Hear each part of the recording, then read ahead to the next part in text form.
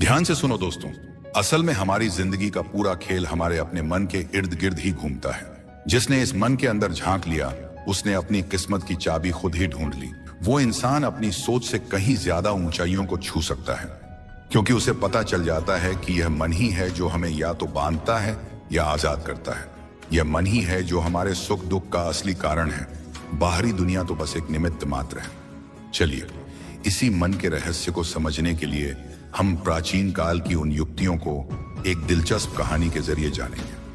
बात सदियों पुरानी है, जब जीवन की रफ्तार आज जैसी तेज नहीं थी और लोग अपने मन की गहराइयों को समझने के लिए समय निकालते थे। एक बहुत बड़ा सेठ, जिसके पास धन दौलत की कोई कमी नहीं थी, वह हर सुख सुविधा से परिपूर्ण था।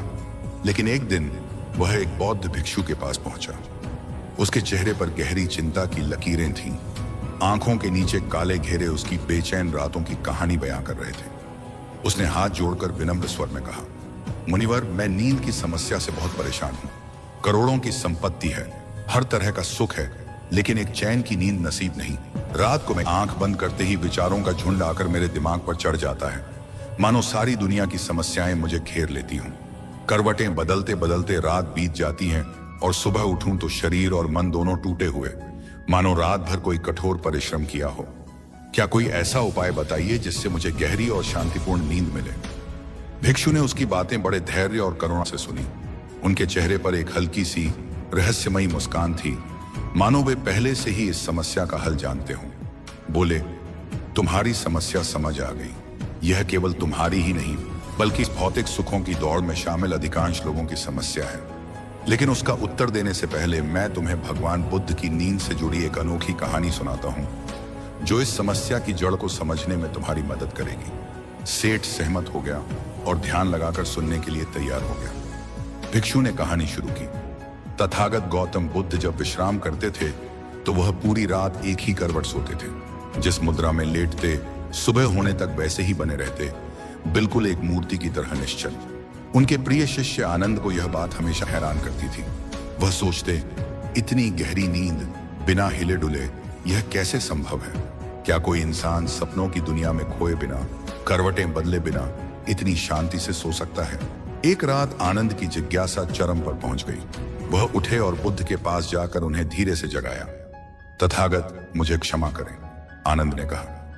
मैं जानता हूं समय उचित नहीं है, लेकिन मेरे मन में एक सवाल है जो अब और नहीं रुक सकता। मैं 20 वर्षों से आपके साथ हूं और मैंने हमेशा देखा है कि आप पूरी रात बिना हिले डुले सोते हैं। क्या आप सच में सोते हैं या जागते रहते हैं? बुद्ध ने आनंद की ओर करुणा से देखा। उनकी आंखों में गहरा स्नेह और ज्ञान का प्रकाश था। वे मुस्कुराए और बोले, आनंद, मैंने सोने की वह मुद्रा ढूंढ ली है जहां शरीर को हिलने डुलने की जरूरत ही नहीं पड़ती। सवाल शरीर के हिलने का नहीं, मन के अशांत होने का है। तुम्हारा शरीर तब तक चैन से नहीं रह सकता जब तक तुम्हारा मन भाग रहा हो, भूत या भविष्य की कल्पनाओं में खोया रहता हो। मैं अब उस अवस्था से परे हो चुका हूं। जब मैं सोता हूं, मेरा शरीर एक शव की तरह निश्चल हो जाता है। आनंद, क्या तुमने कभी किसी मृत शरीर को करवट बदलते देखा है? फिर बुद्ध ने गहरा रहस्य बताते हुए कहा, मेरा शरीर विश्राम करता है, लेकिन मेरी चेतना जागती रहती है। नींद के बाद भी अंदर का दीपक निरंतर जलता रहता है। कहानी खत्म कर भिक्षु ने सेठ से कहा, एक जागृत आत्मा न सिर्फ अपने शरीर को बल्कि अपने मन की हर हलचल को बड़ी शांति और दूरी से देखता है, जैसे कोई नदी के किनारे बैठकर बहते पानी को देखता है। वह उस तरह बेहोश नहीं होता जैसे हम होते हैं। हम तो नहीं जानते कि हम कब सोए, हम सपनों में खोए रहते हैं, न जाने कहां भटकते रहते हैं। लेकिन एक बुद्ध पुरुष नींद में भी होश में रहता है। वह उस छोटे से क्षण को पकड़ लेता है जब नींद आती है। वह उस संदिग्ध क्षण को जानता है। यही जागरूकता की शुरुआत है। यह सुनकर सेठ थोड़ा और उलझन में पड़ गया। बोला, मुनिवर, ये बातें मेरे लिए थोड़ी गहरी हैं, आध्यात्मिक हैं। कृपया मुझे सीधे सीधे व्यावहारिक भाषा में समझाइए कि आखिर मुझे नींद क्यों नहीं आती और मैं क्या करूं। भिक्षु मुस्कुराए और बोले, तो फिर ध्यान से सुनो। मैं तुम्हें 5 ऐसे साधारण लेकिन गहरे कारण बताता हूं जो तुम्हारी नींद चुरा रहे हैं। सबसे पहला कारण है बिस्तर का दुरुपयोग। बिस्तर सिर्फ सोने और विश्राम की जगह है, लेकिन आजकल हम वहीं खाना खाते हैं, मोबाइल चलाते हैं, ऑफिस का काम निपटाते हैं, फिल्में देखते हैं और देर रात तक गप्पे लड़ाते हैं। जब मस्तिष्क एक ही जगह को इतने सारे कामों से जोड़ देता है तो रात को वह भ्रमित हो जाता है कि अब क्या करना है, सोना है या कुछ और। बौद्ध आश्रमों में भिक्षु सुबह उठते ही बिस्तर छोड़ देते हैं और रात को सोने से पहले उसके पास नहीं जाते।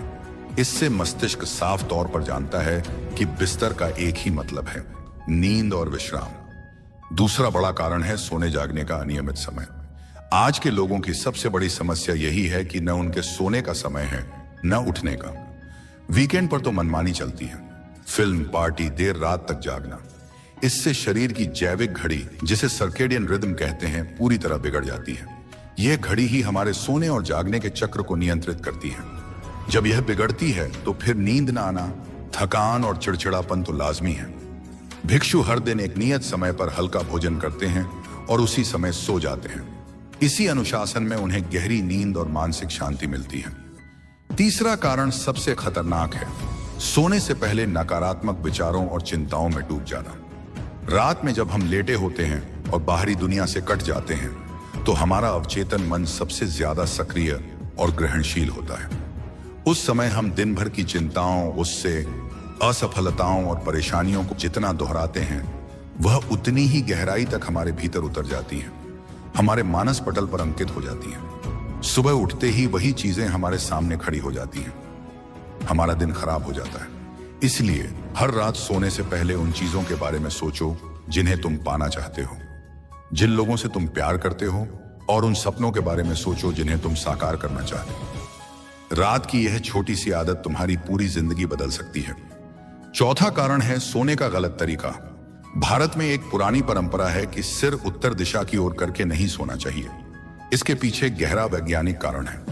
पृथ्वी का अपना एक विशाल चुंबकीय क्षेत्र है और हमारा शरीर भी एक चुंबकीय ऊर्जा से बना है। सिर उत्तर की ओर होने से रक्त का प्रवाह मस्तिष्क की ओर तेजी से बढ़ता है, जिससे सिर दर्द, बेचैनी और नींद में खलल हो सकती है। साथ ही लोग बिना ध्यान दिए कैसे भी सो जाते हैं, पेट के बल या मुड़कर। इससे रीढ़ की हड्डी पर दबाव पड़ता है, सांस लेने में तकलीफ होती है और शरीर को गहरा विश्राम नहीं मिल पाता। सोना भी एक कला है, या तो पीठ के बल सीधे लेटें या फिर बाईं करवट लेकर। न बहुत मोटे गद्दे पर सोएं जिससे रीढ़ झुके, न ही बहुत ऊंचा तकिया इस्तेमाल करें जिससे गर्दन में तनाव आए। पांचवा कारण है रात का भारी और देर से किया गया भोजन। जब हम रात में देर से और वसायुक्त, तला भुना या मीठा भोजन करते हैं तो शरीर की सारी ऊर्जा उसे पचाने में व्यस्त हो जाती है। पाचन तंत्र को पूरी क्षमता से काम करना पड़ता है। ऐसे में दिमाग और शरीर के बाकी अंगों को विश्राम कहां से मिलेगा। कोशिश करो कि रात का खाना हल्का, सुपाच्य हो और सोने से कम 2 या 2.5 घंटे पहले खा लिया जाए। इससे शरीर को भोजन पचाने का समय मिल जाता है और नींद गहरी आती है।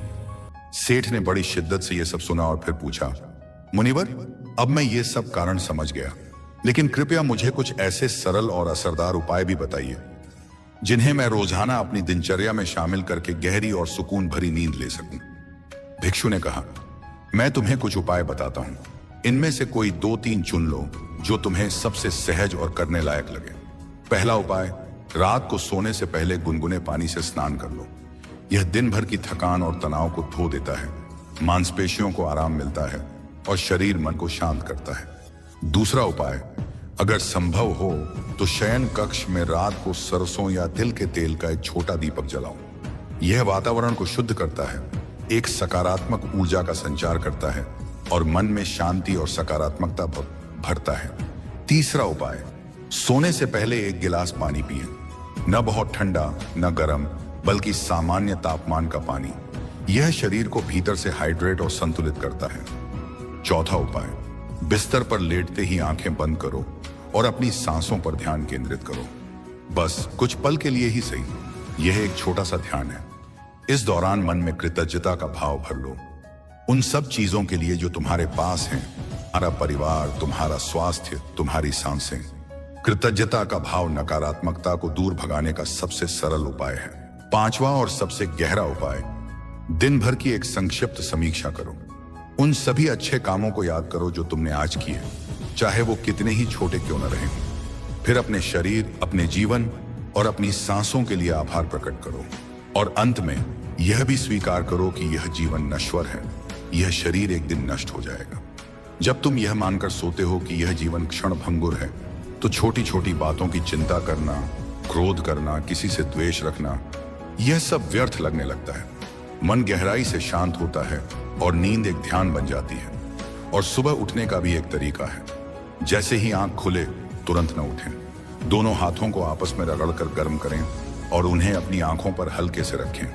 यह शरीर को धीरे धीरे जगाने का संकेत देता है। फिर हमेशा दाईं करवट से उठें। यह शरीर की संरचना के लिए अच्छा माना गया है और प्राचीन यौगिक परंपरा में इसे शुभ माना गया है। ये सब उपाय सुनकर सेठ की आंखों में एक नई चमक आ गई, मानो उसे उम्मीद की एक किरण मिल गई हो।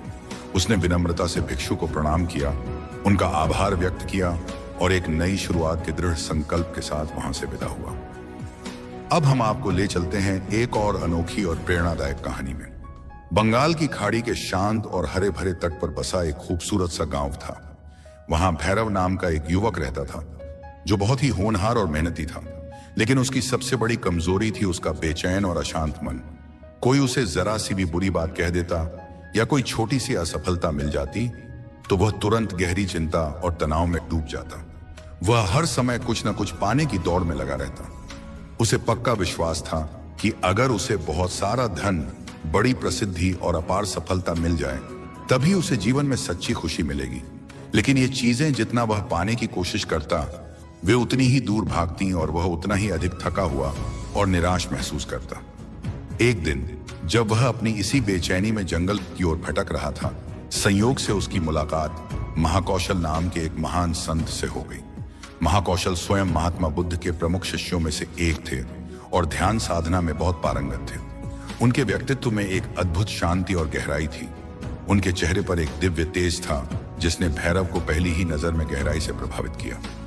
भैरव ने झिझकते हुए उनके पास जाकर पूछा, गुरुदेव, मैं हर वक्त कुछ न कुछ पाने की दौड़ में लगा रहता हूँ, लेकिन मुझे कभी संतुष्टि नहीं मिलती। मेरा मन बंदर की तरह एक डाली से दूसरी डाली पर उछलता रहता है, कभी शांत नहीं बैठता। क्या मैं इस मानसिक अशांति और बेचैनी से कभी मुक्त हो सकता हूँ? महाकौशल ने उसकी ओर करुणा भरी दृष्टि से देखा और मुस्कुराते हुए कहा, बेटा, तुम्हारा मन एक उफनती हुई नदी की तरह है जिसमें हर पल नए नए विचारों की लहरें उठती रहती हैं और वह कुछ न कुछ बहा ले जाती है। तुम्हें इसे बहने देना सीखना होगा, न कि हर लहर को पकड़ने की या उसे रोकने की कोशिश करनी होगी। भैरव ने उलझन में पूछा, लेकिन गुरुदेव, ये विचार और इच्छाएं तो मेरी अपनी पहचान है, मेरे मैं का हिस्सा हैं, इन्हें कैसे जाने दूं? महाकौशल ने एक अत्यंत सरल और गहरे दृष्टांत के जरिए उसे समझाया। कल्पना करो, तुम्हारे हाथ में पानी से भरा एक गिलास है। जैसे जैसे तुम उसे पकड़े रहते हो, उसका बोझ तुम्हें महसूस होने लगता है। थोड़ी देर बाद वह बोझ और बढ़ जाता है और हाथ में दर्द होने लगता है। अगर तुम उसे नीचे रख दो तो वह दर्द तुरंत खत्म हो जाता है ना? ठीक यही हाल तुम्हारे विचारों और इच्छाओं का है। जब तक तुम उन्हें पकड़े रहोगे, उन पर अटके रहोगे, वे तुम्हें पीड़ा देंगी, तुम्हारी ऊर्जा खत्म करेंगी। लेकिन अगर तुम उन्हें केवल स्वीकार करके, बिना किसी निर्णय के उन्हें आने और जाने देना सीख जाओ, तो तुम्हें गहरी राहत और शांति का अनुभव होगा। भैरव को यह बात बहुत गहरे तक छू गई, मानो उसकी आंखों से कोई पर्दा हट गया हो। उस दिन के बाद उसने अपने विचारों और इच्छाओं को पकड़ना, उनसे चिपकना छोड़ दिया। वह उन्हें बस आते जाते देखता, बिना कोई प्रतिक्रिया दिए, बिना उनमें उलझे। धीरे धीरे उसे समझ में आने लगा कि उसकी अतृप्त इच्छाएं ही उसके सारे दुख और अशांति का मूल कारण थीं। जैसे जैसे वह ध्यान की गहराइयों में उतरता गया, उसने महसूस किया कि सच्ची शांति और संतोष बाहर किसी वस्तु, व्यक्ति या सफलता में नहीं, बल्कि सिर्फ वर्तमान क्षण में जीने में है। अतीत की स्मृतियां और भविष्य की कल्पनाएं तो बस भ्रम हैं, हमें वर्तमान से दूर ले जाने वाली छायाएं हैं। भैरव अब एक नए इंसान की तरह बदल चुका था। वह शांति और आत्मबोध का जीता जागता प्रतीक बन गया था। दूर दूर से लोग उसके पास आने लगे, यह सीखने की कैसे अपने ही विचारों के बंधनों को तोड़ा जा सकता है और भीतर की असीम शांति को पाया जा सकता है। एक और कहानी है जो हमें अक्लमंदी और शालीनता का पाठ पढ़ाती है। बहुत पुरानी बात है। एक गांव में एक कंजूस और स्वार्थी धोबी रहता था। उसके पास एक गधा था जो रोज कपड़ों के भारी भरकम गट्ठर ढोता था, लेकिन धोबी उसे ठीक से खाना पानी भी नहीं देता था। रात को उसे खुला छोड़ देता, कहीं भी चरकर या भटक कर अपना पेट भर ले। एक रात बहुत थका हुआ और भूखा गधा जंगल की ओर भटक गया। वहां उसकी मुलाकात एक बहुत चालाक और अनुभवी गीदड़ से हुई। गीदड़ ने उसकी दयनीय हालत, उसकी पसलियां निकली हुई देखी तो पूछा, मित्र, तुम इतने दुबले पतले और उदास क्यों हो? गधे ने अपनी सारी व्यथा, अपने मालिक की कंजूसी और अपनी भूख प्यास का दर्द बता दिया। गीदड़ मुस्कुराया और बोला, तो अब तुम्हारी सारी मुश्किलें खत्म। पास में ही एक राजा का सब्जियों का बाग है। वहां तरह तरह की ताजी सब्जियां हैं, खीरा, ककड़ी, गाजर, मूली, बैंगन, सब कुछ। मैंने वहां एक गुप्त रास्ता बना रखा है जहां से कोई नहीं देख सकता। चलो, आज रात मैं तुम्हें ले चलता हूं और पेट भर खाने को दिलवाता हूं। गधा बहुत खुश हुआ। दोनों ने मिलकर बाग में जमकर सब्जियां खाईं। अब यह उनकी रोज की आदत बन गई। वे रोज रात को उसी गुप्त रास्ते से बाग में घुसते, पेट भर खाते और सुबह होने से पहले लौट जाते। कुछ ही हफ्तों में गधे की सेहत में जबरदस्त बदलाव आ गया। उसकी कमर सीधी हो गई, उसका शरीर चमकने लगा, बालों में रौनक आ गई और उसकी चाल में एक अलग ही आत्मविश्वास झलकने लगा। एक रात भरपेट सब्जियां खाने के बाद गधा फूला नहीं समाया। उसकी अकड़ 7वें आसमान पर थी। उसने आंखें बंद की, सिर ऊपर उठाया और बोला, मित्र गीदड़, आज मेरा मन बहुत खुश है और गाने को कर रहा है। सोच रहा हूं ढेंचू राग में एक मीठा गीत सुना दूं जिससे यह पूरा जंगल गूंज उठे। गीदड़ डर के मारे कांप उठा। उसने तुरंत उसे रोका। नहीं नहीं भाई, ये मत करो, भूलकर भी मत करो। हम चोरी छिपे यहां आ रहे हैं। अगर तुमने गाना शुरू किया तो बाग का माली जाग जाएगा और हम पकड़े जाएंगे, फिर हमारी तो खैर ही नहीं। लेकिन गधा तो अकड़ में ऐसा था कि उसे किसी की सुनाई नहीं दे रही थी। बोला, तुम जंगली जीव हो, तुम्हें संगीत की बारीकियों की क्या समझ? हमारा गायन तो बहुत शुद्ध, शास्त्रीय और गूढ़ होता है। तुम सुनोगे तो खुद दंग रह जाओगे और मेरी प्रशंसा करोगे। गीदड़ ने हाथ जोड़े, पैर पकड़े, बहुत समझाया, लेकिन गधा अपनी हट पर अड़ा रहा। आखिर में अपनी जान बचाने के लिए गीदड़ ने एक चाल चली। वह बोला, अच्छा भाई, मान लिया कि तुम सच में महान गायक हो और तुम्हारी आवाज में जादू है। मैं तो अभी तुम्हारे लिए फूलों की माला लेने जा रहा हूं जिससे तुम्हें सजा कर सुनाऊं। तुम ठीक 10 मिनट बाद जब मैं लौट आऊं तब गाना शुरू करना। इतना कहकर गीदड़ तुरंत वहां से सरक गया और दूर किसी सुरक्षित जगह जा छिपा। गधा बेवकूफ फूला न समाया कि उसके गायन की इतनी इज्जत है। ठीक 10 मिनट बाद उसने ढेंचू राग में इतनी जोरदार और ऊंची आवाज में गाना शुरू किया कि सारा जंगल थर्रा उठा। उसकी कर्कश आवाज सुनकर बाग का माली और उसके साथी तुरंत जाग गए। वे लाठियां और डंडे लेकर उस दिशा में दौड़े। गधे को देखते ही उन्होंने उसे पकड़ लिया और जमकर उसकी पिटाई की। लाठियों की बौछार से बेचारा गधा वहीं अधमरा होकर गिर पड़ा। यह कहानी हमें यही सिखाती है कि थोड़ी सी समझदारी, विनम्रता और दूसरों की सलाह का सम्मान करना कितना जरूरी है। अपनी क्षमताओं पर इतराना और अक्लमंदी की बातों को अनसुना कर देना हमेशा भारी पड़ता है। एक और कहानी है जो हमें धैर्य, प्रेम और समर्पण की अद्भुत सीख देती है। एक बार हिमालय की गोद में एक शांत और रमणीय आश्रम में एक वृद्ध संत रहते थे। एक दिन एक युवा महिला फूट फूट कर रोती हुई, बिलखती हुई उनके पास पहुंची। उसने अपनी पीड़ा बयां करते हुए बताया कि उसका पति युद्ध से लौटा है तो बिल्कुल बदल गया है। वह उससे बात करता है, न उसकी ओर देखता है, न हंसता बोलता है। वह हर समय उदास और चिड़चिड़ा रहता है। महिला ने संत से एक जड़ी बूटी मांगी जिससे उसके पति के मन में फिर से प्यार और करुणा जाग जाए। संत ने गंभीर होकर कहा, बेटी, मैं तुम्हें वह जड़ी बूटी जरूर दूंगा, लेकिन उसे बनाने के लिए मुझे एक अत्यंत दुर्लभ वस्तु चाहिए, बाघ की मूंछ का एक बाल। महिला चौंक गई और उसके मन में डर समा गया, लेकिन अपने पति के प्रति उसके प्रेम ने उसे हिम्मत दी और उसने यह कार्य स्वीकार कर लिया। अगली सुबह से ही वह जंगल की ओर जाने लगी। कई दिनों की खोज के बाद उसे नदी किनारे एक विशाल और भयानक बाघ दिखाई दिया। जैसे ही बाघ ने उसे देखा, उसने जोर से दहाड़ लगाई। महिला डर के मारे कांप गई और वहां से भाग खड़ी हुई, लेकिन वह हार मानने वालों में से नहीं थी। वह रोज उसी स्थान पर जाती, कुछ दूरी पर बैठकर बाघ को देखती और फिर लौट आती। धीरे धीरे वह बाघ के थोड़ा और करीब बैठने लगी, उसके आसपास के घास पर बैठकर समय बिताने लगी। बाघ भी अब उसकी उपस्थिति का आदी हो गया और उस पर ध्यान देना बंद कर दिया।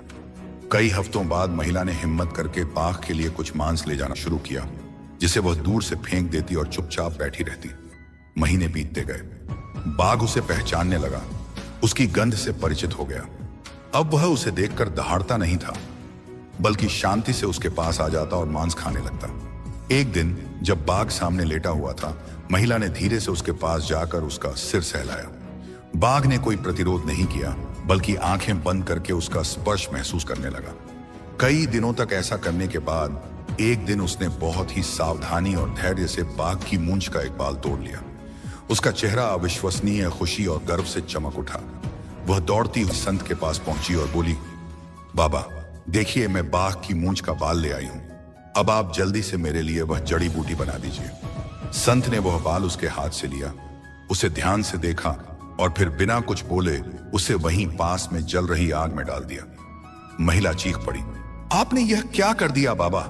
इसे पाने के लिए मैंने कितनी कठिनाइयां झेली हैं, कितनी मेहनत की है, अपने प्राणों की बाजी लगाई है, और आपने उसे जला दिया। संत ने बड़े शांत और स्नेह भरे स्वर में कहा, बेटी, अब तुम्हें किसी बाहरी जड़ी बूटी की जरूरत नहीं है। जिस असीम धैर्य, अटूट प्रेम और पूर्ण समर्पण से तुमने उस हिंसक बाघ का विश्वास और स्नेह जीता, वही सबसे बड़ी और सच्ची जड़ी बूटी है। अब उन्हीं गुणों को, उसी प्रेम और धैर्य को अपने पति पर लगाओ। मैं विश्वास दिलाता हूं, अवश्य बदल जाएगा। डर, चिंता और घबराहट, ये तीनों इंसान के सबसे बड़े दुश्मन हैं, उसकी प्रगति में सबसे बड़ी बाधाएं हैं। ये वो अदृश्य जंजीरें हैं जो हमें आगे बढ़ने से रोकती हैं, हमारे सपनों को पंख लगाने से पहले ही तोड़ देती हैं, हमारी क्षमताओं पर हमें खुद ही शक करने लगती हैं। लेकिन याद रखिए, डर सिर्फ एक भ्रम है, एक मानसिक रचना है। सोचिए, जब एक छोटा बच्चा चलना सीखता है तो क्या वह गिरने से डरता है? वह बार बार गिरता है, लेकिन बिना किसी डर के बार बार उठता है, फिर से कोशिश करता है। अगर वह भी गिरने के डर से बैठ जाता तो आज इंसान चलना ही नहीं सीख पाता। जिंदगी भी कुछ ऐसी ही है, गिरना और उठना इसका एक हिस्सा है। जो डर को हराकर हर बार उठ खड़ा होता है, वही असली विजेता बनता है। क्या आपने कभी गौर किया है कि जिन बातों को लेकर हम सबसे ज्यादा घबराते हैं, उनमें से 90% बातें तो कभी होती ही नहीं। हमारा अपना दिमाग ही छोटी छोटी बातों को बढ़ा चढ़ाकर भयानक रूप दिखाकर हमारे सामने पेश करता है। गौतम बुद्ध ने इसी सच्चाई को समझाते हुए कहा था, डर तुम्हारे अपने दिमाग का खेल है। जब तुम उसे पहचान लेते हो, उसके मूल को समझ लेते हो, तब वह तुम्हारा कुछ भी नहीं बिगाड़ सकता। तो डर को अपना दुश्मन मत बनाइए, बल्कि उसे अपनी ताकत में बदलिए। उसे एक चुनौती की तरह स्वीकार कीजिए और उस पर विजय पाने का संकल्प लीजिए।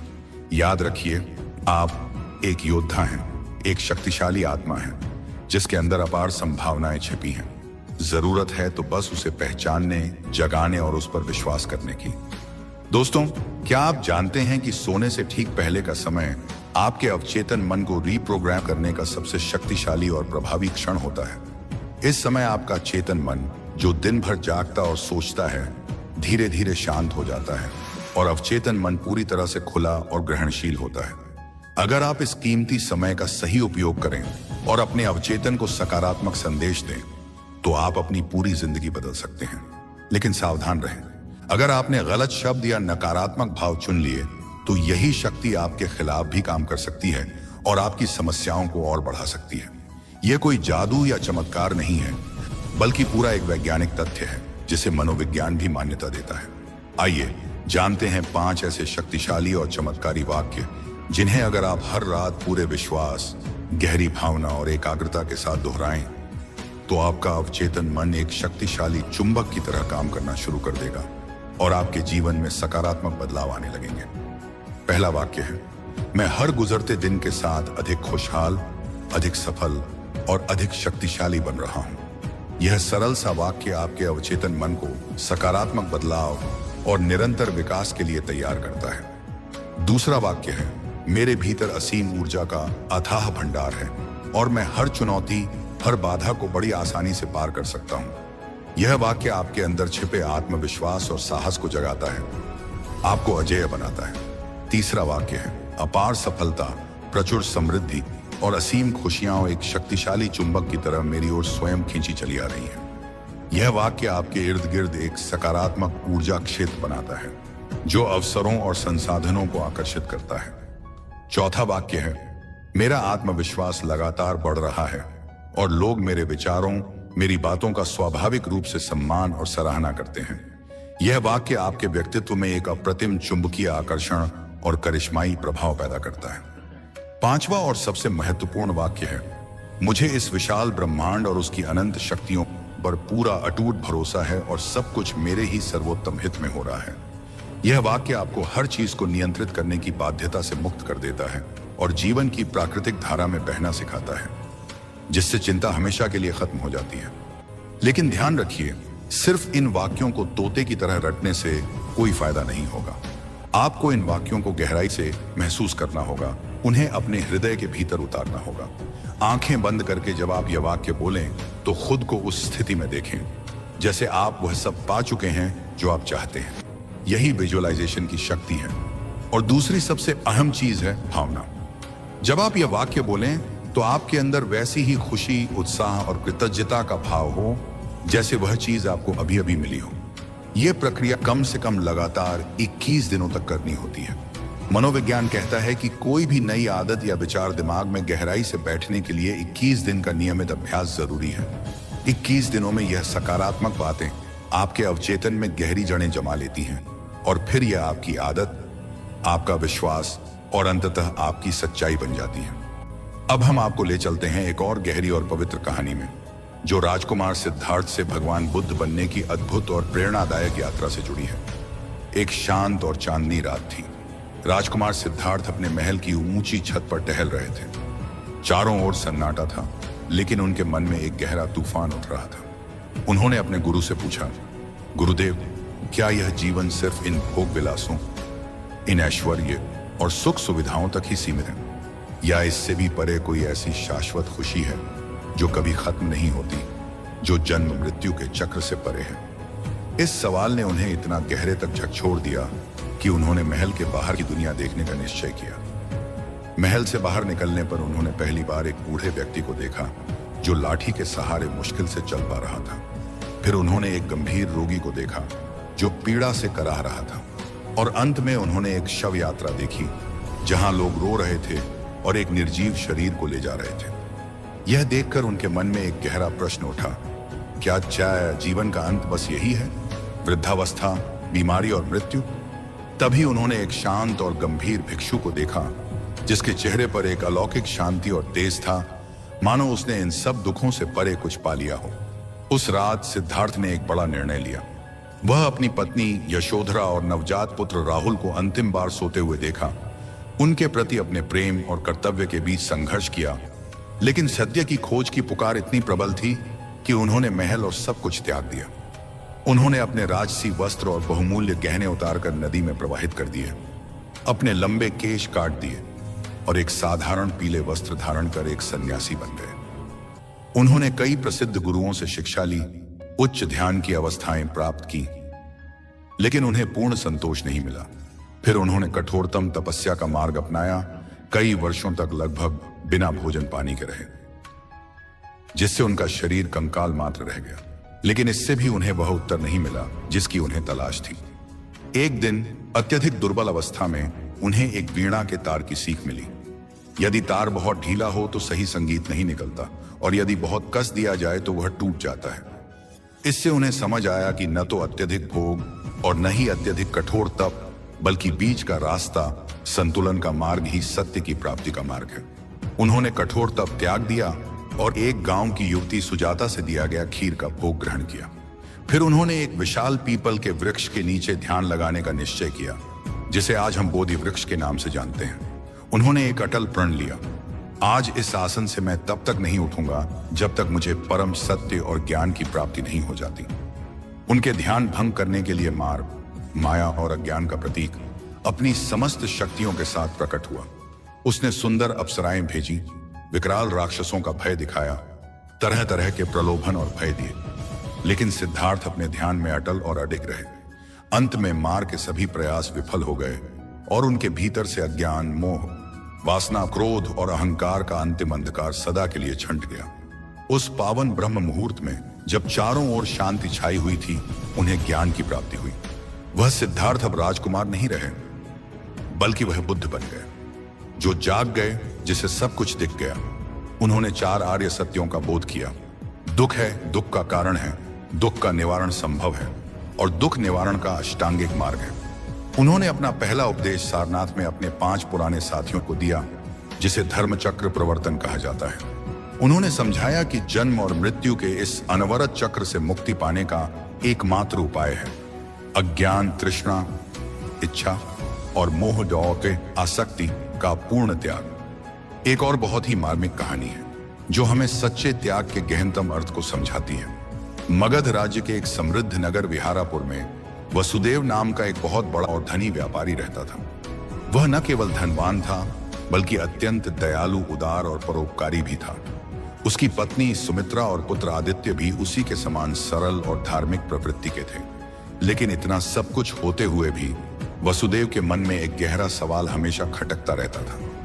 क्या इस संसार में मोह ममता के इन बंधनों को सचमुच तोड़ा जा सकता है?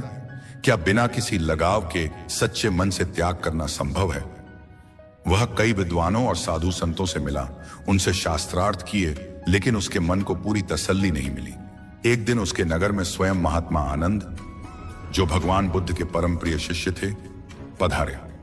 वसुदेव ने उन्हें बड़े सम्मान के साथ अपने घर आमंत्रित किया, सादा भोजन कराया और फिर अवसर पाकर अपना वही सवाल उनके सामने रख दिया। महात्मा आनंद उनके प्रश्न की गंभीरता को समझ गए। वे मुस्कुराए और बोले, वसुदेव, त्याग का अर्थ केवल अपनी संपत्ति, घर बार या वस्त्रों को छोड़ देना नहीं है। सच्चा और वास्तविक त्याग तो मन के स्तर पर होता है। जब तुम बिना किसी फल की इच्छा के, बिना किसी परिणाम की चिंता किए केवल कर्तव्य समझकर कर्म करते हो, जब तुम किसी भी वस्तु, व्यक्ति या विचार से चिपके नहीं रहते, तभी तुमने सच्चा त्याग किया है। उन्होंने एक रेगिस्तान के यात्री की कहानी सुनाई जो प्यास से बेहाल था, लेकिन सिक्कों से भरी अपनी थैली को इस डर से नहीं छोड़ पा रहा था कि कहीं कोई उसे उठा न ले, और अंततः प्यास से बेहोश हो गया। महात्मा आनंद ने समझाया, जरूरत के समय यह समझना कि क्या पकड़ना और क्या छोड़ना सही है, यही सबसे बड़ा त्याग है। वसुदेव ने यह बात मन में गहराई से उतार ली। उसने गृहस्थ त्याग करने और महात्मा आनंद के साथ विहार में रहने का निश्चय किया। विहार का जीवन बड़ा ही सादा, अनुशासित और मोह माया से दूर था। वसुदेव ने ध्यान और साधना शुरू की, लेकिन उसका मन बार बार विचलित होता। कभी उसे अपने पुत्र आदित्य की किलकारी याद आती, कभी पत्नी सुमित्रा की वह अंतिम झलक याद आती जब उसने घर छोड़ा था। महात्मा आनंद ने उसकी यह बेचैनी देखी और उसे एक विशेष ध्यान विधि सिखाई, जिसमें उसे केवल अपने विचारों और भावनाओं को बिना किसी निर्णय के आते जाते देखना था, जैसे कोई बादलों को आकाश में तैरते देखता है। धीरे धीरे वसुदेव इन यादों से चिपकना छोड़कर उन्हें केवल देखने लगा। कुछ समय बाद एक नया और बहुत ही विनम्र, बुद्धिमान युवक भिक्षु बनकर बिहार में आर में आया। महात्मा आनंद का ध्यान कुछ दिनों तक स्वाभाविक रूप से उस नए भिक्षु की ओर गया। यह देखकर वसुदेव के मन में एक अजीब सी ईर्ष्या और असुरक्षा की भावना जागी। कहीं गुरुदेव की कृपा से वंचित तो नहीं हो रहा। महात्मा आनंद ने वसुदेव का यह आंतरिक द्वंद्व भांप लिया। एक दिन उन्होंने वसुदेव से पूछा, वसुदेव, तुमने अपना घर द्वार, धन संपत्ति, परिवार, सब कुछ त्याग दिया। यह बहुत बड़ी बात है, लेकिन मैं पूछता हूं, क्या तुम अपना अहंकार भी त्याग सके? क्या तुम उस मैं और मेरा के भाव से मुक्त हो पाए जो तुम्हें यह सोचने पर मजबूर करता है कि तुम विशेष हो या तुम्हें विशेष स्थान मिलना चाहिए? इस एक प्रश्न ने वसुदेव की आंखें खोल दी। उसे एहसास हुआ कि त्याग की असली और सबसे कठिन यात्रा तो अभी शुरू ही हुई थी, अपने अहंकार को त्यागने की यात्रा। अगली सुबह वह सबसे पहले उस नए भिक्षु के पास गया और विनम्रता से बोला, भाई, मुझे तुमसे बहुत कुछ सीखने को मिल सकता है। वह दिन वसुदेव के जीवन का सबसे बड़ा मोड़ था। अब उसका मन करुणा और नम्रता से भर गया था। समय बीतता गया, वसुदेव का अहंकार पिघल गया, उसकी इच्छाएं समाप्त हो गईं और मोह के सारे बंधन टूट गए। फिर एक दिन समाचार आया कि उसके गांव में भयंकर अकाल पड़ा है। उसका अपना परिवार, उसकी पत्नी और बेटा गंभीर संकट में है। वसुदेव का मन पल भर को डगमगाया, उसके पैर उस ओर भागने को हुए। वह महात्मा आनंद के पास गया और उनसे सलाह मांगी। महात्मा आनंद ने शांति से कहा, वसुदेव, सच्चा त्याग कर्तव्य से भाग जाना नहीं है। अब तुम्हारा मन मोह और आसक्ति से पूरी तरह मुक्त हो चुका है। अब तुम निष्काम भाव से, बिना किसी लगाव के, केवल कर्तव्य समझकर वहां जाओ और उनकी सेवा करो। वसुदेव अपने गांव लौटा। उसने अपने परिवार और गांव के सभी पीड़ित